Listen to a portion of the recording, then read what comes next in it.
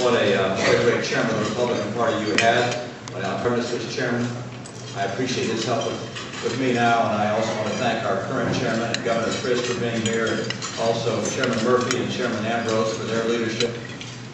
This is a very impressive group here. How many here are from the Massachusetts wire? 2. I was worried that maybe he'd be here.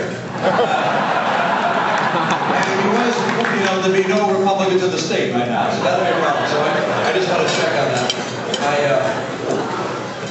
I feel it a privilege to be able to speak to such a great group that represents almost every state, and to be able to talk to you about some very important issues that our country faces.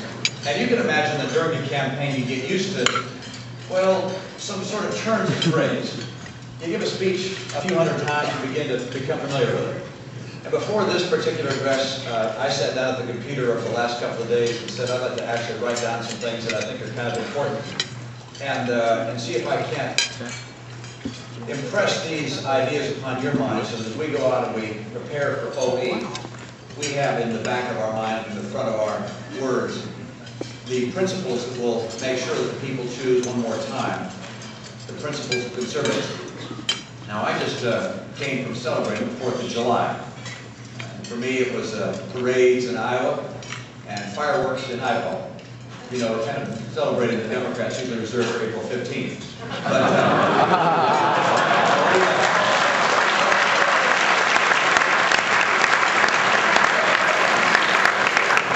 But we, of course, were celebrating the nation's birthday, July 4th, 1776. In my opinion, that was an inflection point in our history, a moment that set a new course for America. Now, today we face what is sure to be another inflection point in American history. They don't come often. We face a new generation of challenges, unprecedented challenges, and that means we're going to have to change our present course. Domestically, our addiction to spending and borrowing is reaching crisis proportion. Competitively, our citizens are choosing to buy hundreds of billions of dollars more products from foreign nations than those people buy from us. And militarily, we face an entirely new kind of threat, jihad, whose sponsors now seek nuclear weapons. To confront unprecedented challenges, we're going to have to change. Both parties are going to claim to be the party of change. And I think both are right, actually. But there's a big difference in the direction their change would take. Republicans look to our American heritage. The 4th of July marked our independence from England, but there was more to it than that. The Founding Fathers established a nation where the people were sovereign, not the state, not the king. We would not rely on the divine right of kings, nor on their whimsical beneficence. We rely instead on ourselves. Succeed or fail, America would be the land of opportunity. So when Republicans talk about change, we're talking about opportunity and freedom. We're talking about people, not government. Now, Democrats look beyond our heritage to the Europe of the past when they talk about change. They're thinking about big government, big welfare, big taxes, big brother. But those are the very policies that led Europe to their decline. In short, it's a big mistake. Look at how the Democrats like Hillary Clinton think about our economy. She said the other day some very interesting things. You probably saw them. She said that it is, quote, time to reject the idea of an on-your-own society and replace it with shared responsibility. She says she prefers a, quote, we're all in it together society. I see. Out with Adam Smith, in with Karl Marx.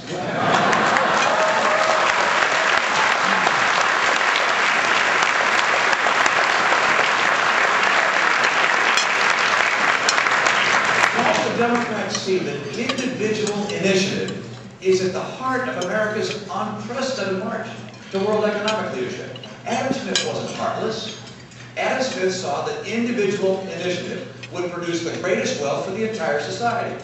Can't Democrats see that since the 1970s, while Europe's growth was stagnant, America created 57 million new jobs? Look at the unemployment rates. Look at growth. America won, Europe lost. That's why Europeans are beginning to elect Oh conservatives. my God, the glare. And come to think of it,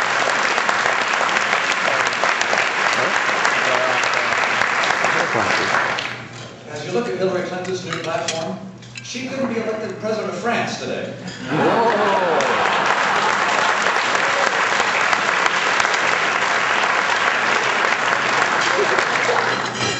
Her economic plan goes beyond the utopian visions of the collective good.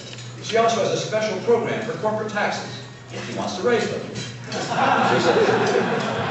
She says it's time to require corporations to, quote, pay their fair share. Now, the last time I looked, American corporations were subject to the second highest tax rate in the industrialized world, just a smidgen below Japan.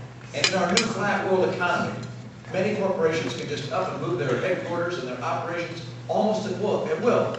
Just look at what's happened with the economic boom produced by Ireland's move to lower corporate taxes. Let's not raise taxes on the employers who create jobs and national wealth.